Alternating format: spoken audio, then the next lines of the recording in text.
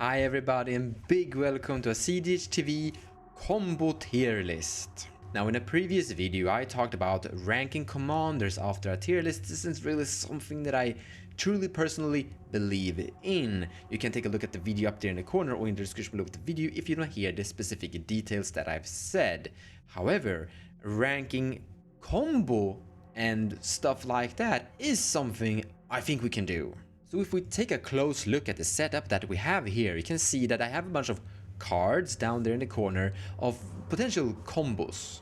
And they're all pretty generic. We don't have a specific commander-centric combo in there. We have general broad open combos that we could talk about. And looking at various tiers, we have the first one here being S tier, which is basically the best tier, or we can say something like I see this often tier, like this is something I often run into, and this is something we can also say this is what I am scared of. Like if I see anything up there in the red, the top S tier corner, that's like what I'm actually afraid of, but we're gonna call it S here.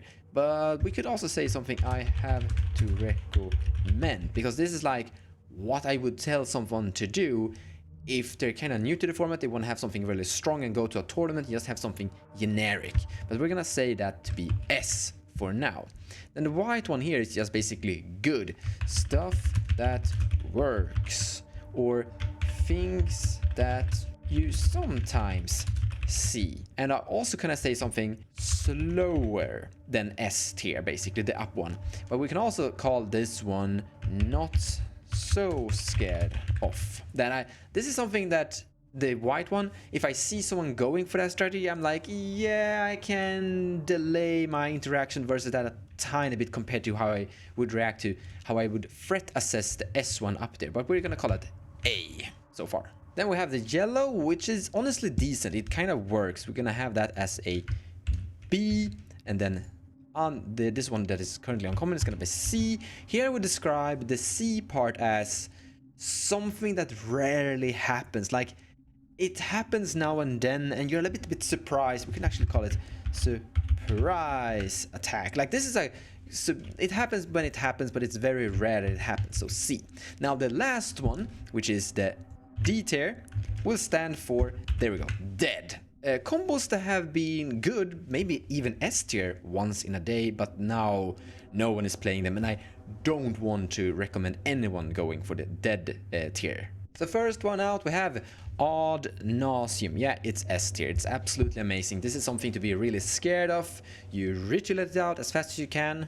Just reach that 5 mana and then cast it, and if you build your deck correctly, you should be able to draw a huge portion of your deck and then assemble a storm wind of sorts. A usual finisher is what we're gonna put next up here, and that's Fastest Oracle. I'm actually gonna put it in front of Ad Nauseam. So this is usually what Ad Nauseam digs towards, and the finisher here is Tainted Pact or Consult. And this is a 2-card combo that is absolutely dominating the format in a very strong way. Probably the strongest combo we have here on the list. There are lots of strange cards that are seeing play just because everyone, or the most majority of people, is going for this. Just because of the big popularity of Fastest Oracle, there's even a meme card, Mask of the Mimic. 1 blue pip, instant speed, sacrifice a creature as an additional cost. Search your library for any copy of a target creature card and put it into play. Shuffle your library afterwards. So the trick here is that you're going for the exact same combo as your opponent.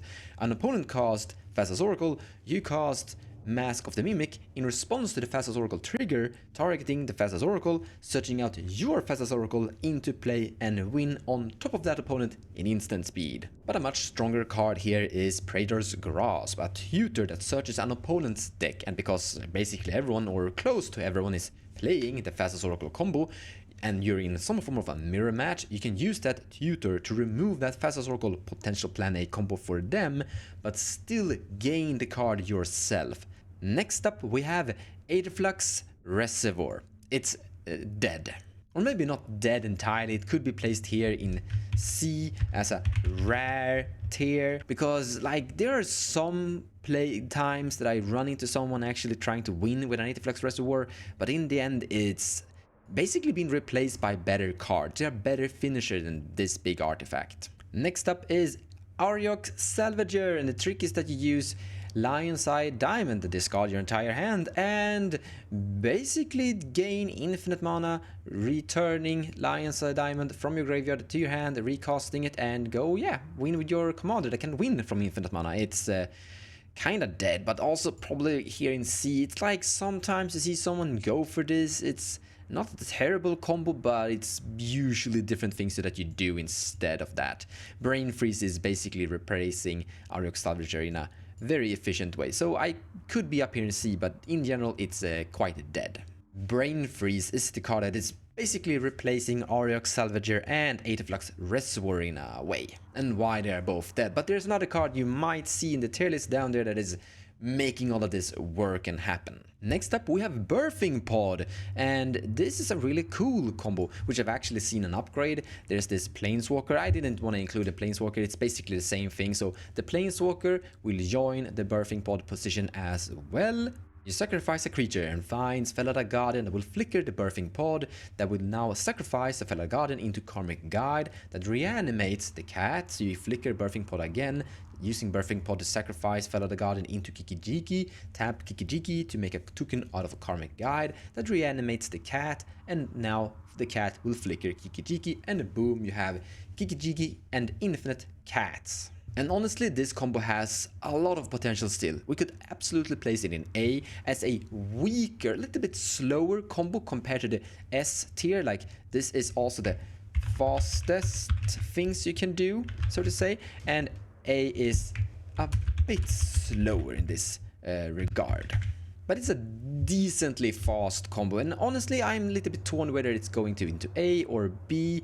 I think I'm actually gonna have it in B because I see other combos that are a little bit faster than Birthing Pod, but a little bit slower than the Grixis, Phasas and Adnos stuff. Then we have Bolas Citadel that I'm actually gonna place together here with Birthing Pod, actually behind Birthing Pod. The reason I'm doing that is because a lot of people just aren't going for it. It's a rarity that you kind of see it. It's still performing really good when the deck is built correctly, and in my opinion it should be higher up in the tier list, but my personal opinions shouldn't be the only thing that dictates this tier list. I mean, according to a lot of people, and what I've kind of seen is that it's very easy to build a functional ad nauseam deck, but Bolas Citadel just demands a lot more effort to make it work.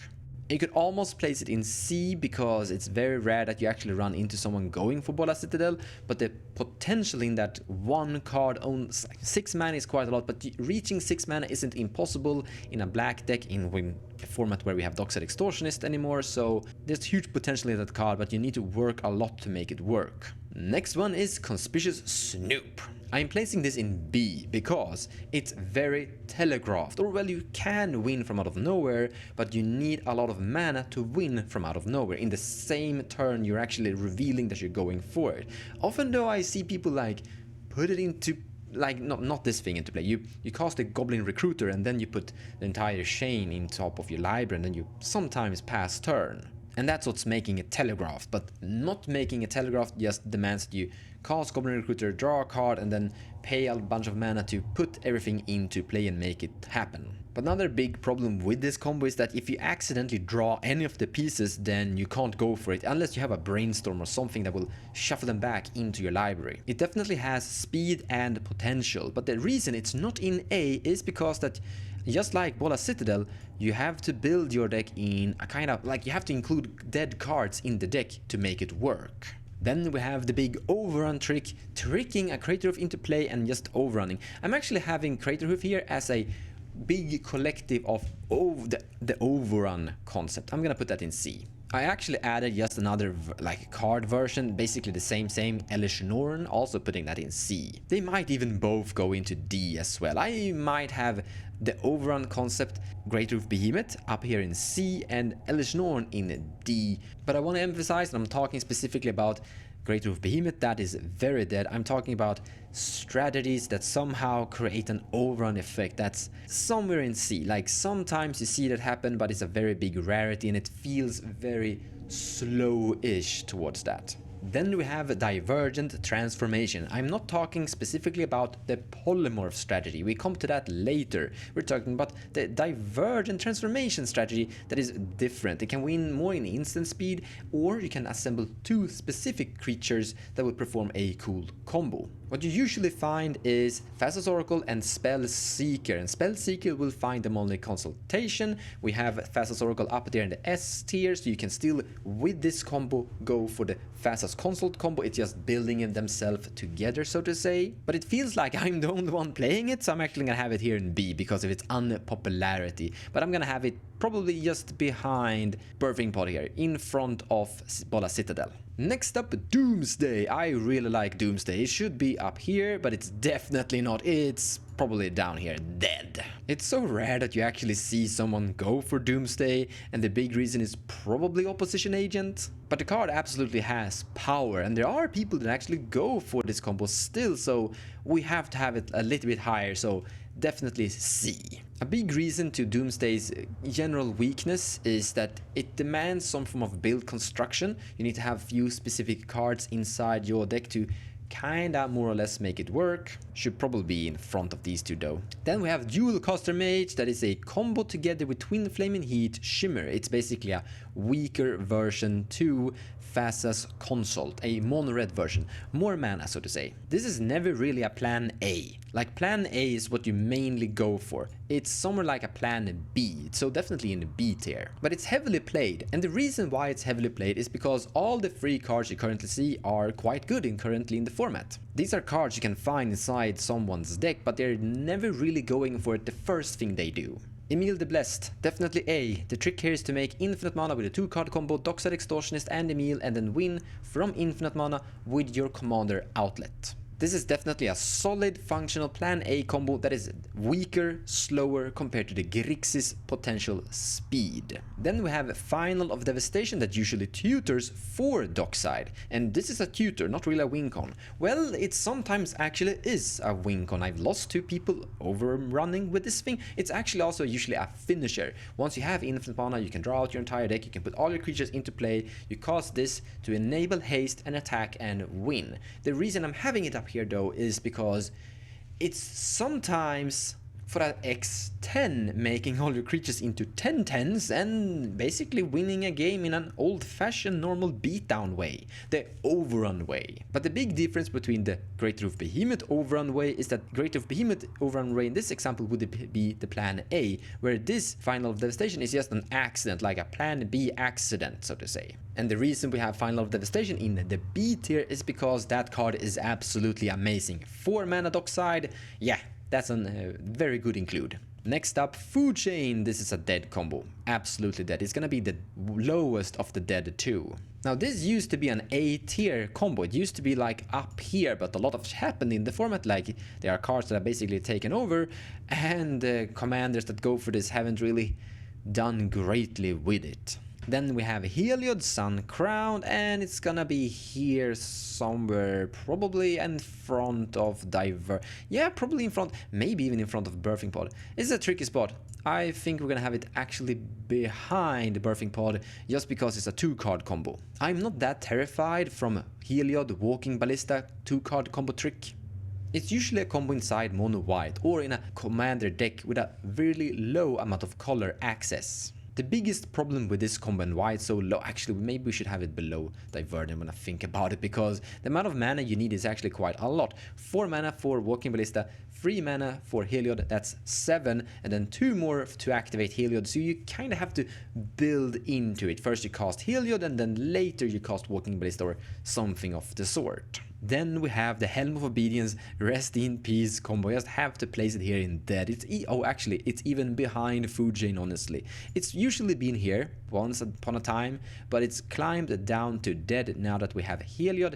Heliod is basically the better stacks win con for mono white, so to say. Then we have Hermit Druid. It's definitely up here, probably in front of Emile the Blessed or behind, kinda depends. The big problem with Hermit Druid is how it's telegraphed. You put it into play and you have to pass turn. This is where Conspicuous Snoop is almost a little bit more efficient, because Conspicuous Snoop doesn't always have to pass turn. But there are setups that enable Hermit Druid to activate the turn you put it into play with haste tricks. What you do is you mill out your entire library from the game, and then you reanimate Thassa's Oracle with a Dread Return from your graveyard. In other words, similar to Divergent, this is a supplement to the Thassa's Oracle Consult combo. This is basically just another way to get there. A little bit slower and a little bit riskier. It actually used to be a lot weaker, like down here maybe, or even down here, but it's grown a little bit in power level because of the Malevolent Hermit. Then we have the Kraken, the big polymorph strategy. I'm actually gonna put it up here.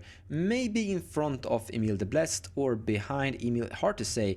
Polymorph strategies are actually quite fast right now. All you really need is your partner commander to play the cheapest version, or your commander to play a token, a creature of any sort, and you cast your polymorph spell. One of you, I think you have 7 different versions that really high consistency. They usually cost around 4 mana. Your commander could be Rograk, so you only pay 4 mana to win from a 1-card combo, and you get your Hullbreaker Horror into play, and you generate infinite mana with your treasures, and you win with your Thrasios or your other infinite mana outlet commander. And this is definitely something to be scared of. This is really good. Then we have Isochron Scepter, definitely dead, or well, maybe it could actually go up here behind Doomsday. This used to be up here 100%, but now it's down here. It's basically been replaced by more efficient ways to win the game. But another big reason it's fallen in strength is that there's a lot of stacks cards currently in the game that is really efficient versus this Staff and Dramatic Reversal. Necro, definitely up here. It's hard to say if it's in front of or behind Hullbreaker Horror. I'm probably gonna put it probably behind Hullbreaker Horror. And by the way, Hullbreaker Horror is the collective of all the polymorph cards for the polymorph strategy. But Necropotence is absolutely a powerhouse. A card that really helps it out a lot is Final Fortune. You might brick, you need luck, you might have to pass turn if you don't draw into Final Fortune or your Crop Rotation Emergency Zone. But it's still a very good supplement combo again to the Thassa's Oracle strategy. Nexus of Fate and the collective of all the turn strategies. This used to be very like here sometimes back in the days when Edric was dominating. But we have a Deflecting Sword, and Edric is risky to play. So turn strategy going not infinite turn, but you took turn after turn after turn. Actually, when I think about it, this used to be way up here when Narset was running around, but Narset has really fallen off. So it will probably be placed here, as like it happens sometimes, but it's a rarity and it's not the strongest thing. Then we have Notion Thief Wheel, a 2-card combo. You would first cast Notion Thief during your opponent's turn, and then you would go to your turn and cast Wheel of Fortune. It used to be up here, a very efficient way to win the game in a 2-card combo, but it's kind of fallen down here, probably. And the reason is actually really simple. This kind of combo goes into the deck as a supplement combo for your Ad Nauseam strategy, and that 4 pip mana is really expensive and it can hurt and be in the way for your Ad Naus. It's never really been a plan A combo, or well, it actually have been a plan A combo with Divergent once upon a time. For those that remember Divergent Control, with your Divergent transformation you would target your Thrasios, your Vile Smasher, and you would get Notion Thief and the Whirlpool Warrior into play, and suddenly you had a 5 mana 1-card instant speed trick to drain all of your opponent's cards into your hand, or well, they will shuffle them back into their library and you would draw the amount, which usually ended up winning the match. Now you got to hear some cEDH history there. Then we have Peer into the Abyss. Used to be here, now it's somewhere here. Probably there, maybe, yeah.